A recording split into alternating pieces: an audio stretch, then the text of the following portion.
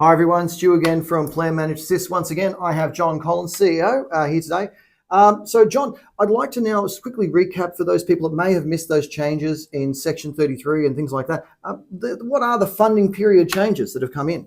Hey, Stu, and welcome everyone. From the 19th of May, 2025, the NDIS has basically introduced what they call funding periods.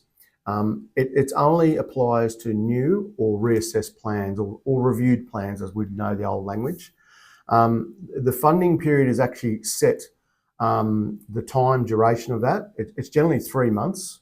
That's their fallback, but it's actually discussed when you have your review or reassessment meeting. It's actually discussed as part of that.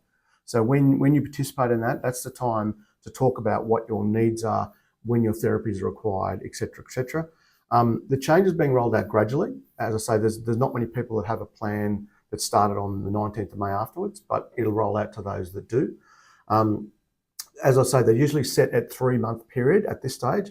However, your planner will discuss that, as I mentioned at your review meeting. It can apply to the total funding amount for the category or specific funding components. So for instance, in core supports, potentially your consumables won't be impacted like this because you need them up front potentially. Yep. But things like your in-home care might be, and they might have a drawdown of 3 months. Then basically means that funding for that period will only be available. So that 3 months funding will be drawn down and not the rest of the funding. Your total amount won't change for the duration of your plan. And when you get a copy of your plan, you'll see the dates that becomes available. Okay. And that works for most of the categories in your plan. It's quite clear to see. Okay, and this isn't impacting on those people that are having plan rollovers. These are only for plans that are new or reviewed or amended in some way from the 19th of May 2025. So those people that are getting rollovers, this really doesn't apply to you at this time. No, just a bit more of that. The extensions aren't impacted. So they're existing plans.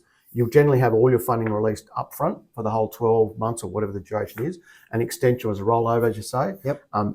That won't change. But essentially, John, it sounds like it's almost like a plan within a plan, having that small section released at a time to try and, I guess it sounds like it's to try and control spending. Is that correct? Yeah. Look, there's benefits and issues, and we'll talk about that in a second. Yeah, but you're right. That's the intention of it. Whether it's been applied correctly to everyone is another story, and I think we'll start to see a little bit of pain as people understand what this is and what it means. Yeah, absolutely. Look, and so, well, if that's the case, then what are the things that participants or providers need to be aware of with these changes? Absolutely, and there's a number of things. You need to plan your spending within those periods. So if it's a 3-month period for your core supports or whatever category that might be, if you've only got $1,000, you've only got $1,000. If there's another invoice that comes in after that period's closed, even though you'll get the second lot of funding released, you won't be able to enter an invoice in that first period, from what we understand from NDIA. Don't overspend. Simple as that. Yeah. It won't be funded. Your stated items and therapies are not flexible. We're still waiting on a bit of clarification around therapies in Category 1 beyond the 1st of July, but they're not flexible. What they're stated as, so if you've got OT and speech, that's all you have, and you cannot fund anything out else. You can ask for a swap out, that replacement, but that's more around AT and those things. The NDI, just before we go into that one, so when we're saying stated items and therapies that are not necessarily flexible, does that mean that there could still be some degree of change as to how the funding periods are funded in terms of percentile? Because I know that for participants who are starting out, for example, they might want to have that OT front-ended and then have the rest sort of. Is there there's that flexibility to get the front-ended done at the start, at the initial stages? There is. We haven't seen it yet. Okay, so it's just a matter of time. That's one of the issues we've got. Essentially, they haven't allowed for what we call front loading or front-end support. So if you've got a new plan, especially for those under 9, your therapy and the setting up of your therapies ongoing is generally a big task up front, requires more funding. That's exactly it. Then basically you've got generally consistency through the middle of your plan, but then come to the end, again, they haven't done the back end loading or support where you'd see that percentage go up, because guess what? You need reports for your next plan review or reassessment. And most of the ones we've seen to date haven't done that. So I'd suggest that anyone's going to a review or planning meeting, please have that discussion. Talk to your OTs and your speeches and ask what they think that pattern of spending is going to be, because that's really important. Yeah. So definitely something to continue. Now, sorry, I interrupted you before. You were talking about the NDIA.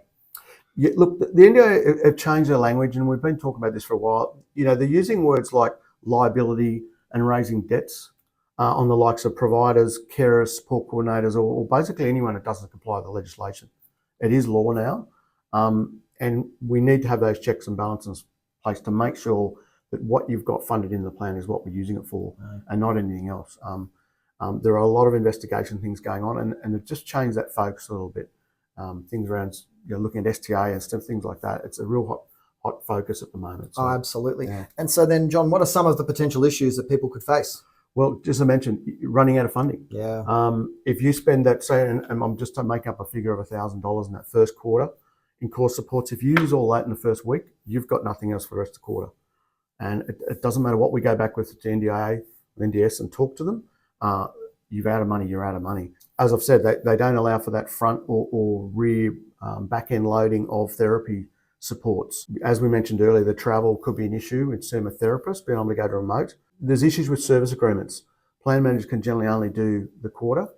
Plan managers can only quarantine the first quarter, not the entire amount at this moment. That's being worked on, and there will be a solution, but not at the moment. But it's 4 times the amount of work. If you've got 4 quarters, potentially you've got service agreements that are 4 service agreements, which is no provider should be doing that. But we have all providers and even participants and support coordinators especially need to look at those service agreements and make sure they're correct. And it is broken up into the quarters, because the quarantining is going to be an issue for a little while. Absolutely. And look, and I do understand, John, as well, that not every plan manager is the same, especially when it comes to sequestering those funds. So not every provider, not every plan manager can actually do that at all, let alone for this particular issue that we're currently seeing worked on. So if you're a provider or if you're a participant that wants to make sure that your funding is locked away the way that it needs to with the services that you need, don't hesitate to use Plan Managers Assist.